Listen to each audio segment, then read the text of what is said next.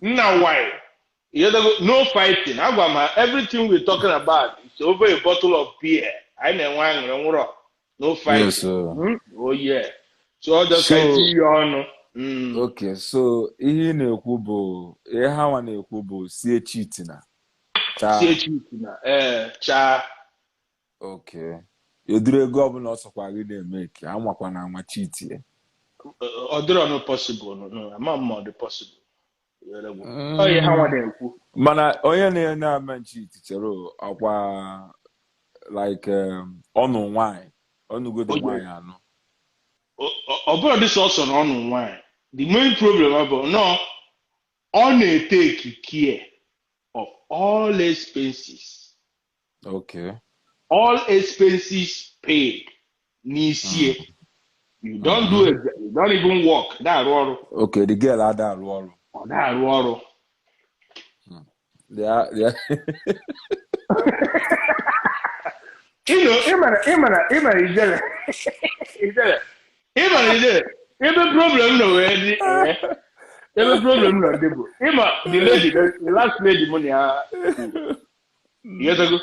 So mgbe m gwabara ya ife ndị na-edeta akwụkwọ si na facho. Na nwaanyị mugoro nwa agụpụgo 2 points. Na nwaanyị rugo 30 years agụpụgo 1 point. Ọbara mba. Si m na ọdịrọ fair na ọ kwesịrị ịdị like that. Mgbe si ya mana ọkwa njụ gị were nwoke ịgbanarị ndị niile gbakwuru ndị na-emeki 100,000. So ma ndị na-emeki 80 ha bụcha aka n'obi mgbe ị na-agbafe ha na-eti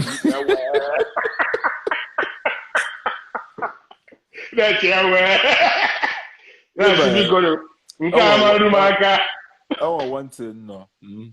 Number one, ka m kwukwe ya ka ọ doo anya. Once ịnụ nwanyị awepụgodi cheating na work. Osoro. So ebe onwere onye anụrụ anọ ije nụọ ị ga na-akọ akọ na ị na-cheat okwe. But na the problem not there.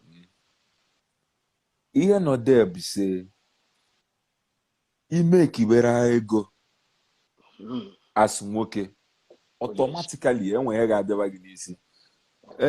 Ọ bụrụ nwoke niile do, but let's say 80% of the men they can actually know the single. Once you so much money, automatically.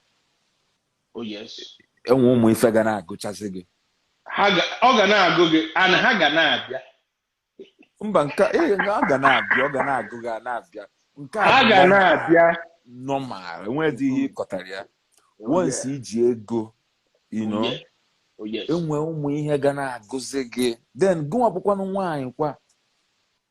Once nwaanyị mara ezigbo mma, one. Thank you. And once nwaanyị nwe gụrụ ezigbo akwụkwọ nwe top degree, she can't settle for less. Added. No, you shouldn't. You got that? Ihe ọbụla ihe ọ na-eche ọfụ na-ara gị izu ọ ga-enene bụ owe ego dị gị. Because ihe ọ na-eche abụrụ ọbụrụ ọtasị afụ gosi akwụkwọ a niile gacha through all this degree na ihe niile a. Then ọ bịa settle ofu onye ala nwa mba. Yes. Ijele o nwere ntị ichipu o nwere ntị ichipu ndị na-ekwu maka ihe a ị mara ekwu echichi ndị mmadụ eche na onye ga-apụta n'ala iri ọtụ na-akwụgharị because nwoke na-eme ekigoro ụdị ego na-ekwu afịa ọ bụrụ onye ala na-akwụgharị ọ na-asọ ọrụ ka ọ na-arụ for you to make that kind of money nna you don't even have time ịma ihe onye it doesn't ọ bụrụ nwoke na-ala achawo na-eme ụdị ego ahụ. No, you know what you're doing. You're you are a professional. You specialize. Yeah, you're a hard worker. Yeah. So, imagine na he ain't looking around. You get me? He's not. Other aquari or onye na-cheat, yari up and down. Yeah. The only thing on the medebe na only option, only high taste. Because of the kind of money. The kind of money on they make. Yeah, that's so if we need rate like 8, 9, and 10 to acquire that kind of man. Yes, that's why I started with if you're as a young man, as a single young man, if you're making about, let's say you said 100,000 and above, right? A year, A year. That's some money. $100,000. Dollars, yeah. Yes, yeah. $100,000. If you're making $100,000 and above, that's some money, though. You know, that means you know what you're doing. Oh yeah, it shows that it is dedicated to something. And then automatically, once you're making that kind of money, your taste will come up when it comes to woman. You gotta go when it comes to choosing a partner. When it comes to so many things, even like the anyhow girls, you just can't go on a normal. Whether I'm again a wine or not, no, I know what you go on a normal. Okay? Then can we where to wine? Wine in make wine marries woman. Yes.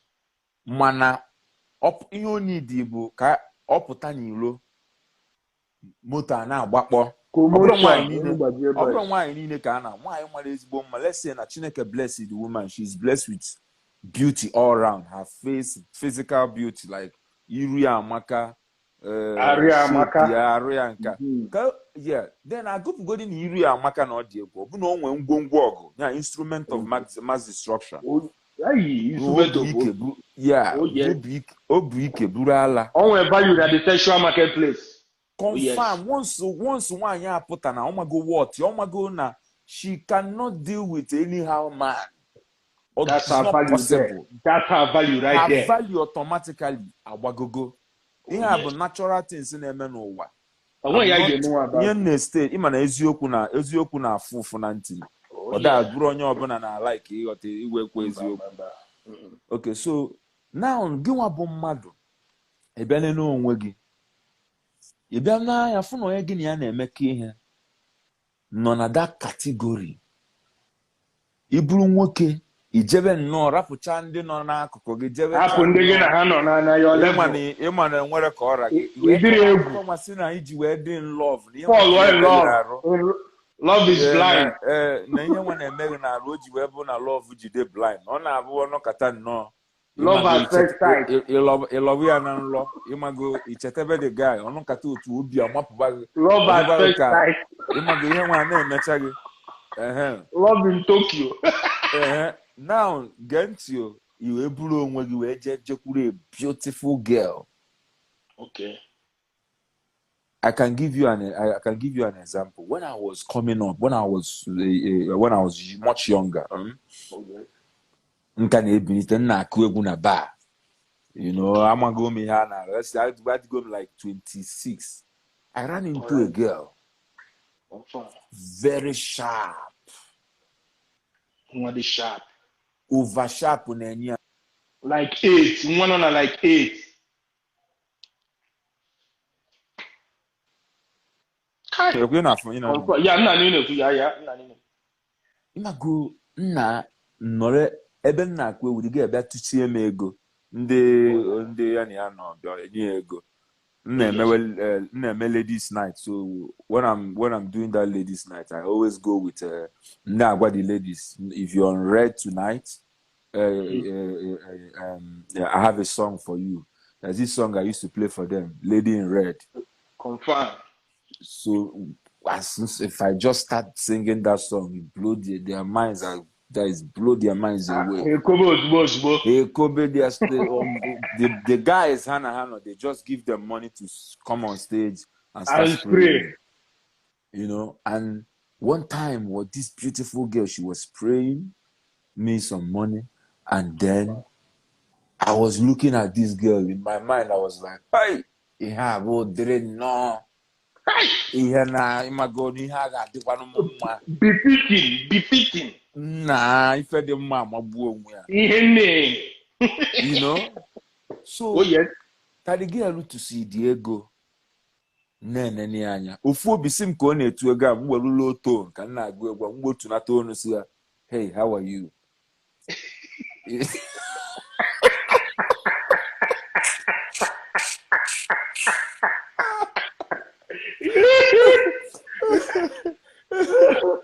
ofu obi si mwe imago na-acha anya ka mma ndị ziri ọrụ a ka mma ma ụmụ nwoke na-acha dị anya imago ka ma kpali onwe m na ije imago ka na-acha anya chimago girl ka ọ na-etu dị so the guy do ya bịa fugo my move as ezigbo oke mkpi ọ bụ were ego nke ya gbagotewe na stage maka the girl etukasị dị ego ọ na-etu ya nwanyị na-enene m na-adara egwu nna agụrụ ya mana ihe nene shirt yi nwa ka ihe na-eyiwe dị mgbe nwa chenwe check shirt njọs na-eyi eri with nwa slippers mgba our room self ma anwụrụ old anwụrụ anyị na-ese then I was looking haggard and aggressive. You know? As the girl na-etu me ga na-etuchara me obele the guy ya na asụsi ebe osi gbagotewe na stage with ego nke bundles nyanwa jikwa asodogwu gbagotezie na stage tubekwa ego nke ya the guy was spraying bido tube ego tugidezie ego ya na the girl ka ọ na-etu the ego the girl mmụọ na-enye anya ha ejide aka kisie m n'iru m hey!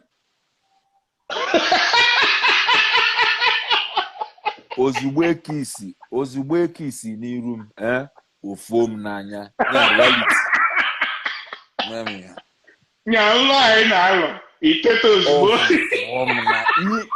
ozugbo ihe m kwuru bụ ladies and gentlemen, please put your hands together for these lovebirds.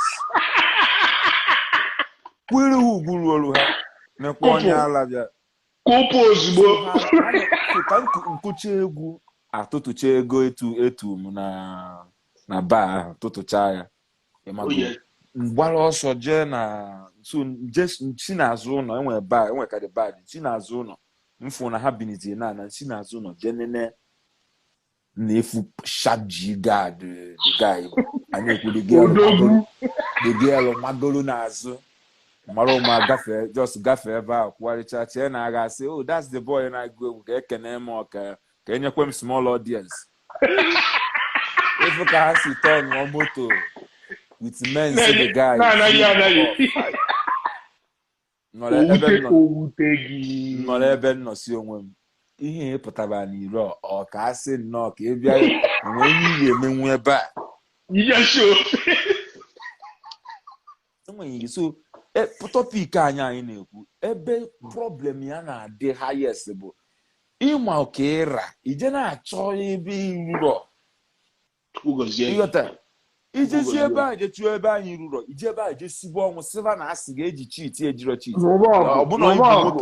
ọbụna ibu nwoke if the girl kwadocha ka ọ pụọ nenecha how hot ọ dị na is nobog mebe di ya na iji ekobe ugbo ebe ọ ga-adị izi so ịnọ na ị ga-ejosi chiri obi n'aka day in day out I'm not saying that now that if you're married and you're making more than your wife you have the right to cheat that you have the right to cheat. No. That's not what I'm saying. You don't have any right to cheat because and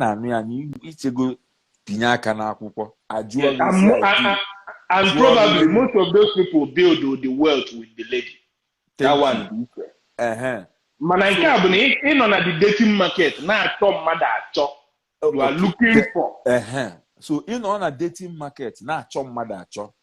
Yes. Ọ bụ na ị maka ịra, ọ bụ na ị bụ nwoke na ihe na-achọ bụ nwaanyị nwee top degree na-arụ ọrụ na-emeki 6 figures every year. Guy, ịbanye na that marriage imechi ọnụ ji nwayọ na-work with the girl. Nwa ahụ nweta gị n'ile ebe ị na-achọ Waga anya. Idobe onwe gị. That is, in fact, ikwesị ifu onwe gị as need blessed to have somebody like this in your life. Am I right? Oh yes. Yeah, you need to see yourself like I'm blessed. You need to see it like I'm blessed to have this kind of woman, lady in my life. And you don't have any business outside in my life. Yes. Eventually, now we are still dating. Eventually, by God's grace or everything, God's willing, we get married. I can build with this lady because she's already up there. She will help me in some certain areas. She will help me put one or two together. She will even inspire me because when I look at the kind of money she makes, it's enough inspiration for me to go out there and try to become something. Something. I don't even want to put all the load on her because it will get to a point whereby I will have no value anymore. Confirm. Yeah, at that point, she will be the one doing everything. And when somebody is doing everything by herself, let's say if it's a woman, she's doing everything by herself. It gets to a point whereby she will turn around and be like, "Yo," because she's always out there. You gotta wake up. And as she's out there, she's seeing people, she's seeing different men doing better, even as doing better than you. Even as their wives are also making money. Those men are also putting in effort, putting in work. Oh, yes. And then she's back home and she's looking at you. You're doing nothing and you're expecting so much. Come on. She will get tired of you and kick you out. Yeah. Kick you out because you know this law here doesn't protect you. I'm sorry. But now, so you just the opportunity, the blessed. Yes. When certain people in your life. That's why in my song gonna go a good woman. And must say now they go and say a good woman cometh from the Lord. Confirm. A good man na biana as a blessing. I don't know kata fear. Yeah, na meditating side. I just what to catch you never height, never mam, never come when I put on a trouser. Never more or cover. Doing an enemy. It's some babico no yaluriki. Name what na ijire option. Don't try it. Don't try it. My love, my skills acquisition in where you are. No, come on.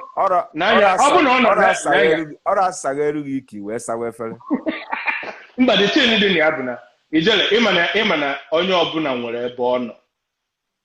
Ọ bụ na ịbụ nwoke nọ n'ime ebe a, ị na-anụ ife ijele na-ekwu.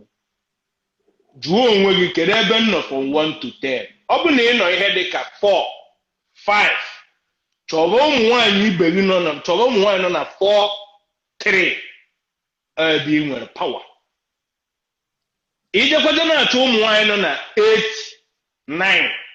Ketekpa ga-arachakwa gị anya, ị ga-atakwa afụ. Ọ bụrụ kwa epụta ebe na-achị anyị na ụmụ nwaanyị azụke. Nekwa another thing, Waga. Nekwa another thing. Nona, when it comes to the fact that you as a man, you're not making, that your wife is making more than you. And when this thing you automatically you start developing this inferiority complex issue. A lot of things gonna make it. It's not the nature of a man. It's not the nature. Natural things gonna occur on its own. As in, it go just they happen.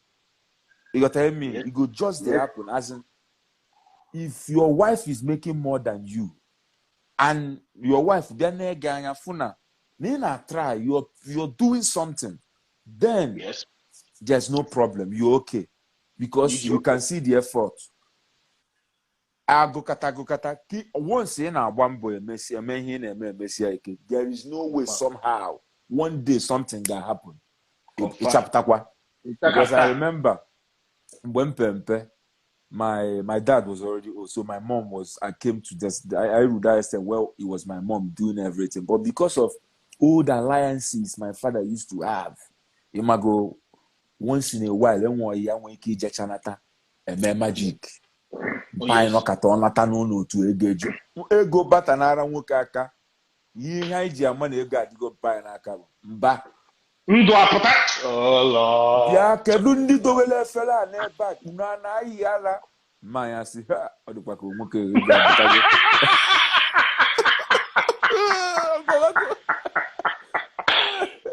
nne onye na-alụ si a ga-echenji TV a ma ọ dịgo old a ga-echenji TV a buru mmanya